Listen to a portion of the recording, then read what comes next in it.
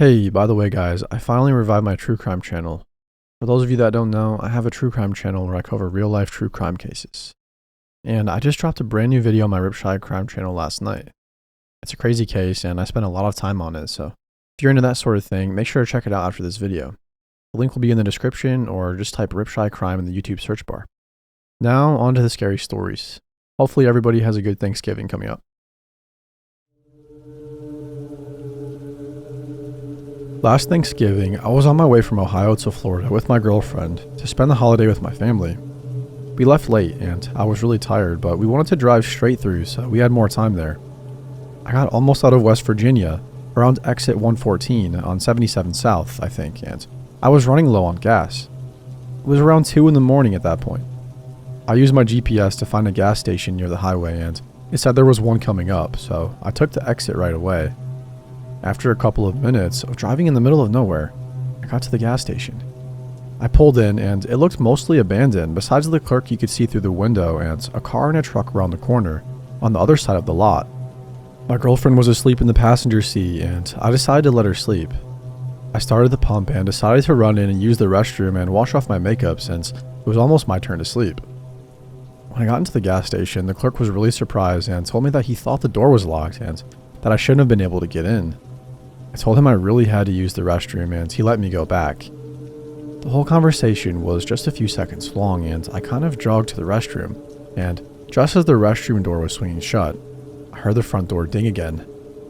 I thought it was the clerk locking up. I finished up and went to go back to my car, and just as I was heading for the door, the clerk almost yelled, "Hold on, don't go out there." He started asking a bunch of questions about who I was with, like, "Who was in your car?" When he realized I was confused, he got more concerned looking and started asking me questions about the big guy. He said some guy followed me up to the gas station and came in just after me and started asking about me like he knew me or was with me. The clerk said that after the guy walked back out, he went over to my car and was hovering around it for a while and then went back behind the gas station.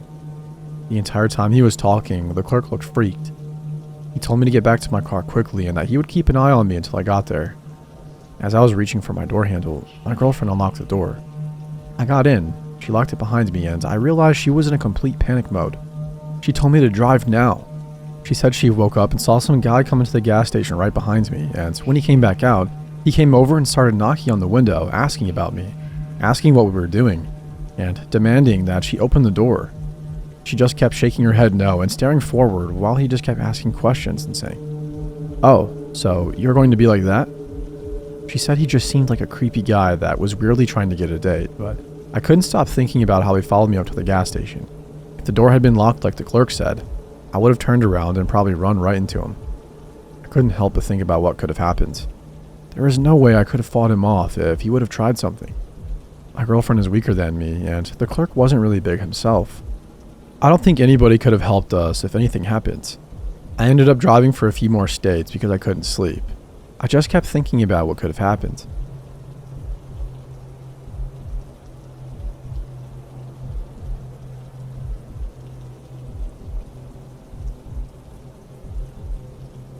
About 2 nights ago, I went to see the new Wicked movie with my family, who was in town for Thanksgiving.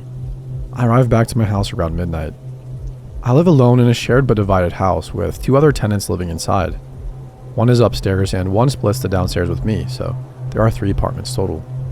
My place is in the back of the house and has a back porch you can enter through after walking up the whole driveway. When I got home, I sat in my bedroom and did about 20 to 30 minutes of work on my computer. During this time, the house was very quiet and I kept hearing a man's voice continuously talking. Now keep in mind, the tenant above me is a man and I know his bedroom is right above mine because I previously lived up there. It sounded like he was talking on the phone just because of how long and continuous the talking went on. I tried to listen and figure out where the voice was coming from, and I couldn't exactly pinpoint it, but it was either coming from through the ceiling or on the other side of my room. Now, it must be noted that my bedroom connects to the porch with a door that I have blocked with my dresser.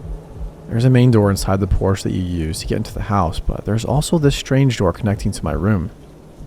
I couldn't make out the words, but because of how firm and continuous the voice was going on, I figured it just had to be coming from my housemate upstairs.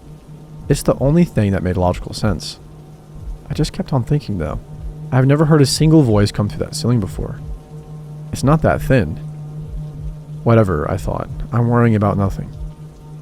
After 30 minutes of computer work, I got up to brush my teeth, feed my fish, and get ready for bed. I come back into my room, turn off the lights, and get in bed. It's been about 45 minutes to an hour since I first heard the voice, and I could still hear it. Damn, I thought. My housemate is chatting up a storm on the phone up there.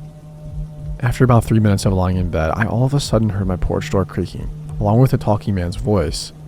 It has a very distinct sound that I knew immediately was my porch door. I crept across my room and put my ear to the dresser / the door that connects to the porch.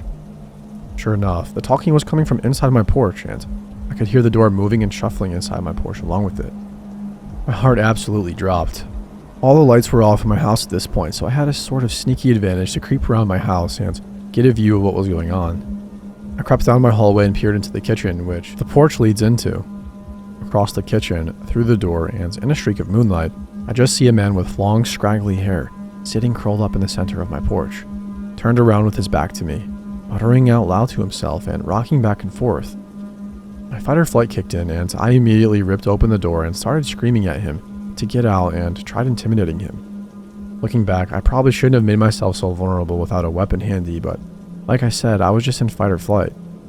I can't explain my actions in this moment other than reacting out of fear and determination to scare him out. Anyways, this dude didn't even react to me whipping open the door and screaming at him. Not even a flinch. He simply turned his head to the side very slowly and said, "My name is Evan."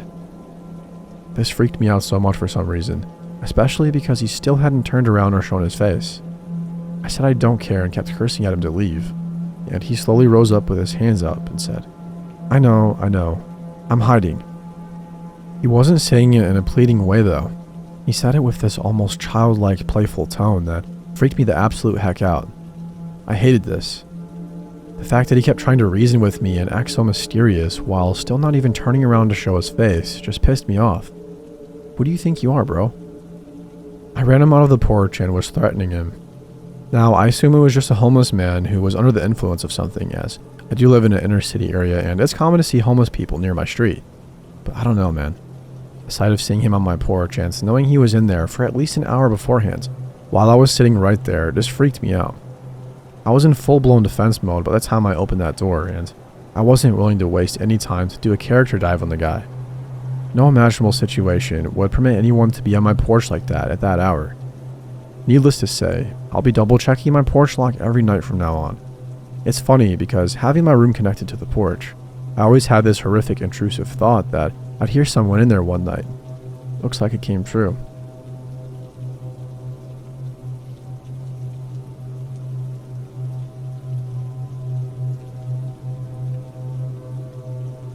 I grew up in a suburb of Raleigh, North Carolina, that has a virtually non-existent crime rate. My father and I moved there when I was 6. He was always busy, so I pretty much had to raise myself. So naturally, I attended school there and made all of my lifelong relationships there, and so on and so forth. In 2008, I was a senior in high school. I had a very close-knit group of friends, primarily composed of people I had known since middle school. One such friend had just recently come back from Holly Hill, which was our local mental hospital. Matt had been gone for a couple of weeks. I saw him in the courtyard before heading to class. Unfortunately, I didn't really have time to talk, so all I said to him was, "Welcome back, I missed you." I would have risked being late to class if I had known that would be the last thing I would say to him. Matt had suffered from depression and dementia for years, but he kept a pretty good rap on the details, so none of his friends really had a big inkling of how severe it was until the aforementioned treatment at our local mental hospital. We got out of school for Thanksgiving break, and one of our mutual friends messaged me on Facebook and asked if I'd like to go paintballing with them on the night of the 30th. I had to turn them down because I had to see my grandparents the next morning for a late Thanksgiving celebration. It wasn't a big deal, just kind of a disappointment. Break came and went. We went back to school. Matt was absent again. There had been a rumor floating around that he had run away from home and gone to Washington, D.C. to look for his birth mother. But I wasn't sure I believed that. Especially that he would go off on this long-term trip without at least mentioning it to me first. In between switching classes, I called his cell phone to find it off. I didn't think much of it. A few days later, during lunchtime, there was a buzz around the school that Allegra, our mutual friend from earlier, and Adil, someone else who I was more acquaintances with than friends, but I knew of him, had been taken out of class and arrested. We had no idea what had happened, but I had a strange feeling that it had something to do with Matt's absence. After that, all I could really think about was where Matt was and the fact that Allegra sat right behind me in Shakespeare class and that she was so tired that she slept through class the day we came back from break.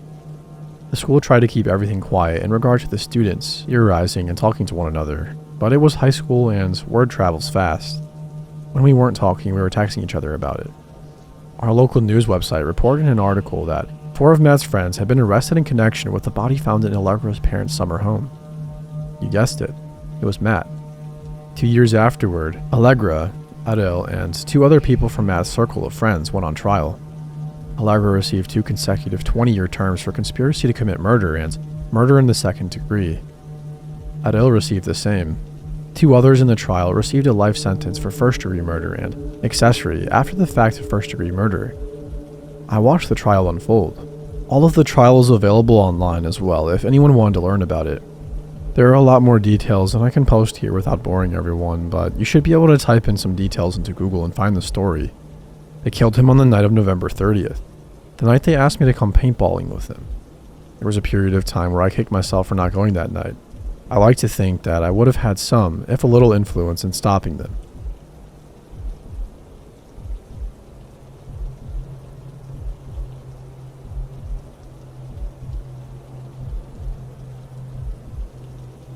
There is a man that lives on my street in town. Our houses are separated by another house. The front of his house looks pretty normal besides the fact that he always has his shades drawn. I've never seen inside. Never. I've lived there for 2 years, walking back and forth to class every day. I've never seen him use the front door. However, out my back window, I see a lot of his backyard. In the back, there are large metal tubes running out of the back first floor windows and into the basement windows. It looks like he has a shed in the back with no windows and 2 large padlocks on the door. He spends hours in this shed. The weirdest thing is that all summer, May to September, he sleeps in his backyard in a tent. He has 2 companions, only in the summer. A teenage boy, approximately 15 years old, very dirty and unkempt, and a very, very creepy man with a beard. They stay with him in the tent. During the day, they take bikes with carts in the back and bike around town picking up useless junk. Deflated basketballs, old shoes, random pieces of metal. I've tried so many times to rationalize everything he does, like, oh, he's just an eccentric guy. Maybe he just makes sculptures in a shed. But he just sends off this dead, cold, murderous vibe that I can't shake. I've taken to calling him Ed Gein. I know I seem like a nosy neighbor, but most of the things I see are either on my way to class or I just notice him doing something strange out my window. Like I said, I try and assume the best of him, but things just get weirder and weirder. There are a few things I've noticed. The first thing we noticed, obviously, was the tent. He put it up the first week we moved in and proceeded to sleep in it for the rest of summer. We began thinking of reasons why he would sleep in the backyard. And that's when we noticed the tubes. Maybe he has something going on in his house that endangers him. Chemicals? The next thing we noticed was the fires. I work close to home, so I often walk. It is a pretty safe city, so I don't mind walking alone at night. I'm only nervous passing that house. About once or twice a month, these guys have bonfires in the back. It is always really weird smelling. You can smell the fire smell, but there is another scent with it. I have smelled burning wood, plastic, rubber, fabric, etc. This smells more meaty, like some kind of animal cooking, but it is more sour and tar-like almost. It is a similar smell every time they have a fire. Another thing we noticed first moving in was his long brown-haired dachshund. It was a violent little dog. It would scream and bark and chomp its teeth at anyone that passed by, which I'm not an expert, but aren't dachshunds pretty calm and gentle? It just seemed strange for it to be so violent. Roughly the middle of our first year in the house, the dachshund wasn't around anymore. We noticed because it didn't try and attack us as we walked by. It was gone for 5 months, and then there was a new dog. At least I think it was. It was a short-haired dachshund, but it was black and a little bigger, but just as violent. Next was the teenage boy. From what we've seen, the boy doesn't seem to be related. He seems more like a helper at the house. I've seen him going through junk on the porch and what seemed to be picking up rocks in the driveway. But several times we have caught him just zoned out, staring at nothing. And then the man with the beard. My story involving him was one of the scariest moments of my life. I went grocery shopping with one of my roommates one night and we were just turning down our street on the way home. Glanced over at my neighbor's yard and the man with the beard was just standing there, like he was waiting for us to get back, staring at the car as it passed. He had a sinister expression on his face. My heart started beating fast. He followed the car with his eyes, then started running towards the car and stopped dead, turned around and walked back to the house. I couldn't sleep that night. His actions just scared and confused me. Did he just want to scare me? Why else would he do that? I'm not saying these mean anything, but they are strange and make me feel uncomfortable living so close. Does anyone have any ideas of what is going on? Edit. Quick update. Neighbors being really effing creepy tonight. I was sitting in my room with my boyfriend with the window open.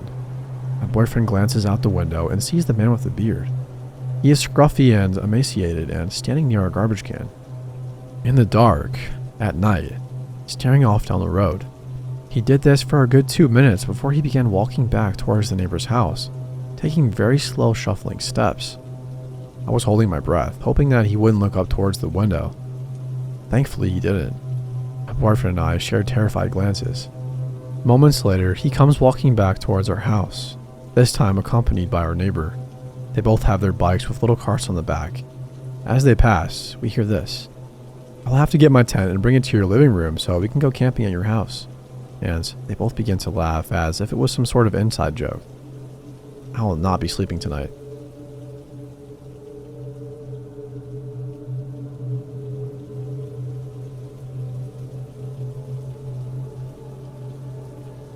This was a strange encounter.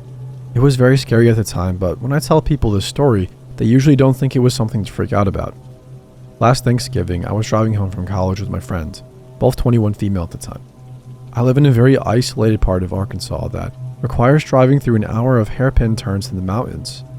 There are lots of blind turns, and the whole time you are driving on the edge of huge drop-offs with no barriers. I'm usually pretty confident driving through the mountains, but we were in my friend's car, so I was going slower than usual, driving about 5 over the speed limit. Almost as soon as we started the roughest part of the drive, another car was tailgating us pretty closely. This was stressing me out, and as soon as I saw somewhere I could pull over, I did. I pulled into a church parking lot, and my friend offered to drive the rest of the way, but I declined as it was completely dark and she had never driven this route before. We get back on our way, and a few minutes later, I had to come to a screeching halt as there was a car stopped in the middle of the road. It wasn't on the shoulder at all. It just stopped dead in the middle of the road. My friend is saying that they must have broken down but can't call a tow because there's no service in this area. I immediately have a bad feeling and lock the doors. I tell my friend to stay in the car no matter what. She's starting to get scared at this point and points out that she thinks it was the car that was following us. I can't tell, but I'm very scared at this point too. It's parked right before a hairpin turn, so I can't pass it. My friend starts frantically telling me to go ahead and pass it, but I don't want to get hit by a Mack truck or fall off the mountain. I honk my horn. Nothing happens. No chance of calling for help as there is no cell service. We wait there for a while doing nothing. My friend is crying and freaking out, but I'm too scared to try to pass them. I honk a couple of times and eventually a guy gets out of the car, comes around back and leans against his car, just staring at us. My friend is freaking out even more and I'm just frozen. I tell her not to make eye contact.